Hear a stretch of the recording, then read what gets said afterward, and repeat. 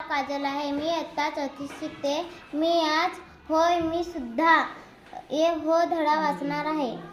मोहन असे आईची हाक ऐकताच मोहन समजला, आईचं काहीतरी काम आहे. आई कुठल्या वेळी अशी हाक मारते हे मोहनला पक्के ठाऊक होते. कपाळावर आठ्या घालतच मोहन घरात आला. त्याला खेळायला जायचे होते. मोहनला पाहताच आई म्हणाली, अरे राजा, एक छोटंसं काम करशील का रे? मोहनने चेहरा कुचकाळा केला. अरे राजा, जरा मला दुकानातून डाळ, तांदूळ आणि साखर आणून दे ना रे पटकन. मोहनने आईकडून पैसे व पिशवी घेतली आणि दुकानाकडे निघाला.